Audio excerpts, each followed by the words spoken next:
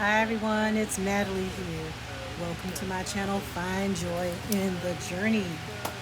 I wanted to hop on real quick because I wanted to share with you my haul from a local nursery called Cleggs. It's in Baton Rouge, Louisiana.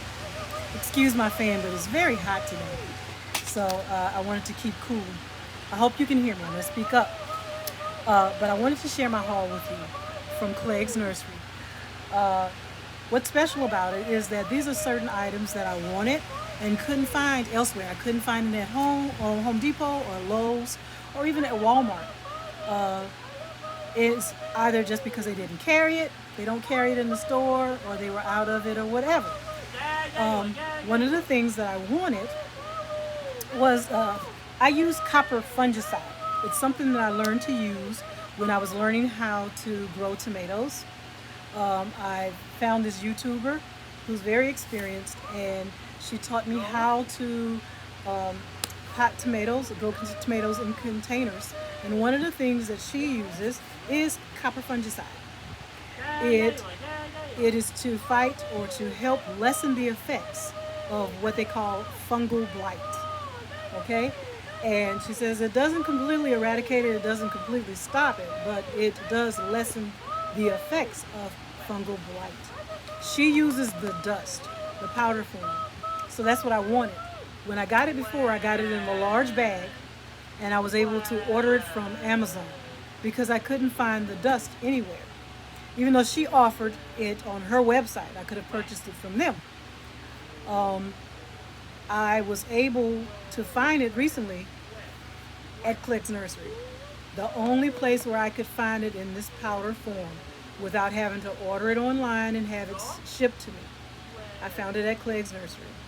Where I'm sure they may have it other places, but I wasn't aware of it. Something told me to try Clegg's, and I did. Like I said, Clegg's in Baton Rouge, Louisiana.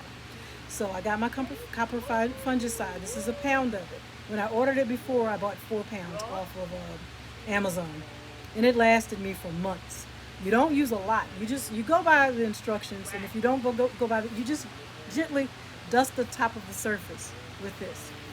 Just sprinkle it on top, and then as you're, like say for instance, if you're doing transplants or starts, you would, when you dig your hole to drop in the plant, you the copper fungicide gets mixed in, and then when you backfill, it continues to get mixed in. But my copper fungicide by Bonide. That's one thing that I found at Clegg's Nursery. The other thing that I wanted is something that I saw one of the YouTubers that I follow. I saw her using it. Her name is Renee. Hi, Renee. From Renee's Garden, and she uses Biospoma Biotone. Okay, correct me if I'm wrong, but I know I saw her using this, and I was anxious to try it. She was planting her transplants or her starts or whatever, and this is what she uses when she plants, because it helps to establish those roots. So, and also I found that it has this bacteria in it. This is what helps with the root formation, the roots, to establish roots.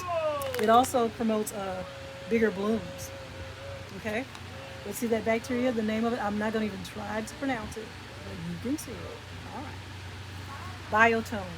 So this is Biotone Starter Plus. So thank you for Renee for hipping me to this, to turn me on to this. So, and when I used it for the first time when planting my my banana plant, I found a dwarf Cavendish banana plant, and I used the Biotone for the first time when planting that. So that's one thing. I could not find it at Lowe's, couldn't find it at Home Depot, could not find it at Walmart. They had the option to order it and have it shipped from another, from a third party through Walmart. But I would have had to wait for it, and I kind of wanted to go ahead and get started because there's other things that I need to go ahead and put in the soil, and I wanted the Biotone to help me to establish those roots. So I searched and searched and couldn't find a place. I was going to order it offline, online or whatever, but something told me try one of the nurseries. It's not at Home Depot, it's not at Lowe's, not at Walmart. Won't you sometimes when you go to a nursery, they specialize in things for for plants, and that's what they focus on. So they may have certain things that you may not be able to find at these big box stores. Went to Clegg's and there it was in abundance on the shelf. So I was very happy for that, and also for the copper fungicide. So that's another thing that I found in my haul. The third thing, I was complaining about the fact that there was only one place that I could get my vermiculite. For those who don't know what vermiculite is, I know people may be familiar with perlite. Perlite is for drainage. Vermiculite is for moisture retention. Some people say it also helps to loosen up heavy soil. It loosens up heavy soils and allows root development. It makes it lighter and airier. I could only find vermiculite at a local hardware store called Ace Hardware that was nearby. I found a little 8-quart bag for about $9, and that's what I would normally get. Matter of fact, I have the bag right here. I think I've shown it to you before. But when I was and that was the only place I could find it. But when I was at Clegg's, I found this. So now I have another source of vermiculite. Like I said, some stuff you can order. I can even order it in a larger quantity, but it costs. The cost and the shipping is astronomical. I want to be able to go get it, pick it up, and bring it home. Okay? If I do have to order certain things, then I must. I have to do it. I have to do it. But if I can find it locally and just go put my hands on it right then and there, I like to do that. So now I have another place where I can get my vermiculite. And the young lady who was checking me out remarked when I said, I'm happy to find another place where I can find vermiculite. And she said, well, great, we have larger bags, We have it in, I think she said 4 cubic feet. I don't need that much. But you never know. I use it quite a bit. I use it when I am doing my container mix. And I also use it when I do my seed mix, or my seed starting mix. And for my seed starting mix, I make my own, and I use peat moss, perlite, and vermiculite. Like I said, vermiculite makes the soil, it loosens up the soil, and makes it nice and airy, and it helps to retain moisture. And the perlite is for drainage. Plus, it gives it that soil a nice airiness and fluffiness. So for my seed starting mix, that's what I use: peat moss, perlite, vermiculite. For my container mix, I use a potting soil, regular potting soil, or potting mix, composted cow manure, peat moss, perlite, vermiculite, and a fertilizer, like plant tone, garden tone, something like that. And if I'm making a special container mix, like if I'm doing carrots or something that requires maybe something that's highly acidic, or perhaps something that likes loomy, sandy soil, I will actually add whatever is needed, whether it's a soil acidifier or sand. I actually get playground sand, and I add that to the mix for my carrots. That's what I did. So that's another great find from Cleggs, my vermiculite. So now I have another place where I can get that. Last thing I want to share with you before I sign off, I'm making a mess right here, is I'm going to get the label.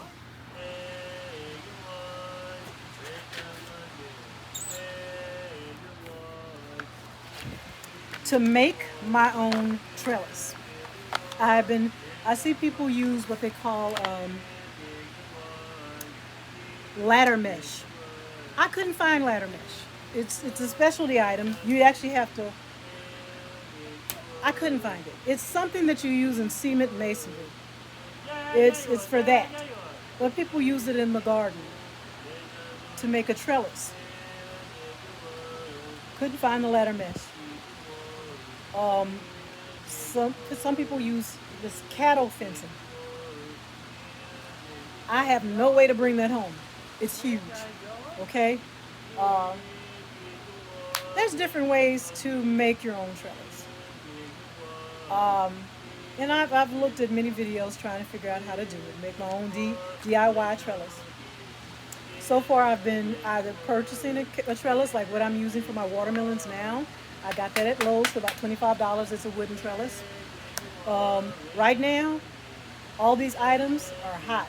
Trellises, everything you see here that I purchased right now, everybody it's spring is in full effect, and we're going into summer. Everybody's preparing for gardening and landscaping and all that. So it's really it's hard to find a trellis right now. That very trellis that I found early spring, you cannot find it at Lowe's. I got it from Lowe's. The shelves are empty. So I decided to do the DIY trellis. So what I'm using is this garden fence. Okay? I use this and some bamboo stakes. I'll show you the actual. This is what it looks like. It came in a roll like this. If you can see, it's kind of stiff. It's plastic and it's stiff. I'll show you a piece that was cut off. Okay. Okay, so you can see it's good and stiff, right? And what I did, stay right there.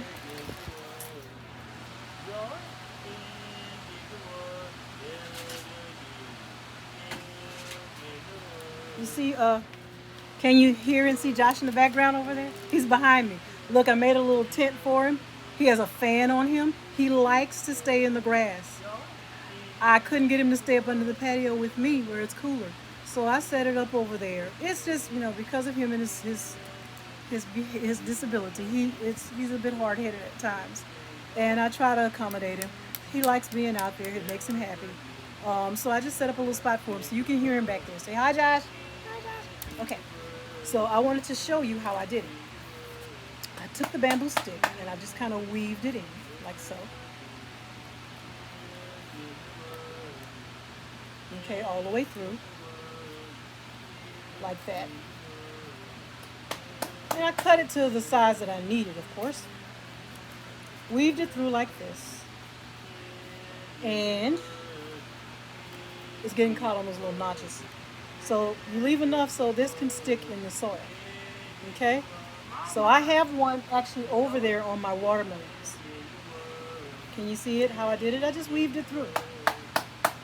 Okay? And to reinforce that, I took zip ties. Took these little clear zip ties, right? These little clear plastic zip ties. Doesn't matter, it can be black, it doesn't matter. But just to reinforce and to hold it on there, hold it in place, I use the little zip ties. You see that? Okay? You just put it in certain places where you need that extra support. 1, 2, 3. Like for instance, if I was to use this, I could probably use this for something small, right? Put a third one, another one here, and then a third one there. And this is actually the trellis. Okay? And like for the watermelons, as it grows, I'm going to take it and I'm going to use these same little zip ties and loosely attach it to this the trellis, or just help weave it through. But this is my DIY trellis. I will add a picture of the one that I actually have in the garden at the end of this video. So that's all I have to share with you today. I don't know if you saw my video from earlier where I had to I was in my bonnet. The sun hat and the bonnet. It's called the Bonnet Chronicles. It's been hot, I'm gonna tell you what, and I have to get up early to get up. I'm used to getting up early because I'm used to putting Joshua on the school bus. So I was up at like 6 something in the morning, and I'd come out here and I'd tend to my garden, do that early morning inspection, check for critters, see if there's any problems or whatever. But now, since Josh is out for school for his summer break, we don't get up that early. We try to sleep in. So I've been coming out here in the bonnet and the hat to protect me from the sun. And I call it the Bonnet Chronicles because, I go out here and I pollinate my watermelon flowers. or even my corn. If I see new silks popping up, then I take that opportunity to pollinate the corn. The thing is doing it early in the morning. You're supposed to do it before the little pollinators, the bees and stuff come out. Well, guess what? They're up before me. I'm literally having to fight them. I got ready because I see a bug coming. Okay, I'm literally having to fight them over the watermelon flowers. And like I said, I know that their job is to pollinate. I know that that's what they do.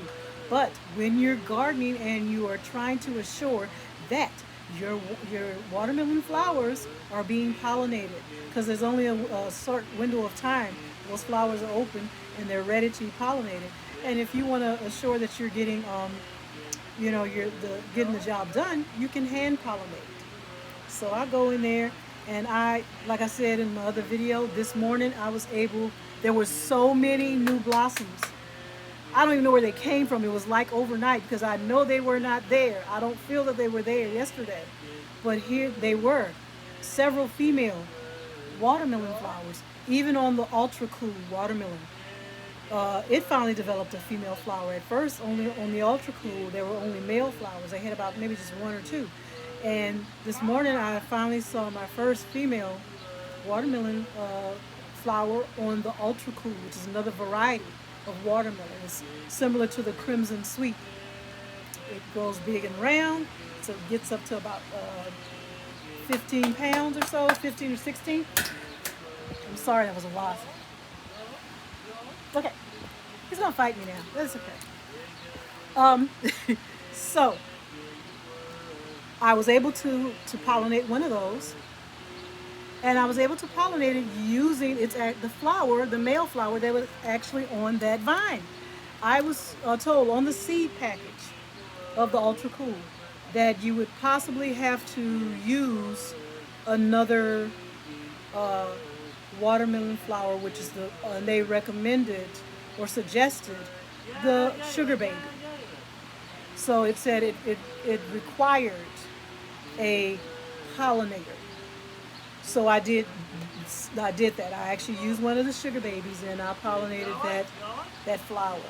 And then I went over to the sugar babies area and I pollinated at least 5 female plants. And there were already watermelons growing. I posted a picture of it. They're getting so big. It takes, once the flower is pollinated, it takes about a month for that little watermelon, that little baby watermelon that's on the bottom of that flower. That's how you know it's a female. It has the yellow blossom at the top, and then right underneath it, there's a little baby watermelon, little tiny watermelon. And once the flower is open, you take the male flower and you dab that little stem on top of the female flower, and you coat it with pollen. It's now pollinated and it's ready to start growing. And you will see that watermelon at the bottom just begin to grow. And another thing I might have to do as they grow bigger. Now it's only going to get up to 5 pounds, maybe 8 pounds. These are mini watermelons, the sugar baby. I might have to give it some support, like with these little, kind of like a little sling. You can use mesh, or some people use the little nylon stockings. They use that, but it's going to need support later on.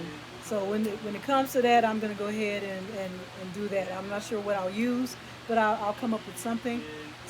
So just wanted to share that with you too. So that homemade trellis, I will show you the homemade DIY trellis that I added to that watermelon plant over there. So I've shown you my haul.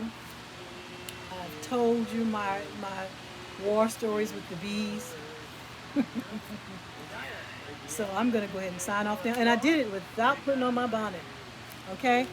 So you guys, I'm going to go ahead and sign off now. This is Natalie from Find Joy in the Journey. If you like my channel, please consider subscribing. And to all of you who have already subscribed, thank you so much. I truly appreciate your support. Now you guys have a great day. Enjoy the rest of your day. Bye now.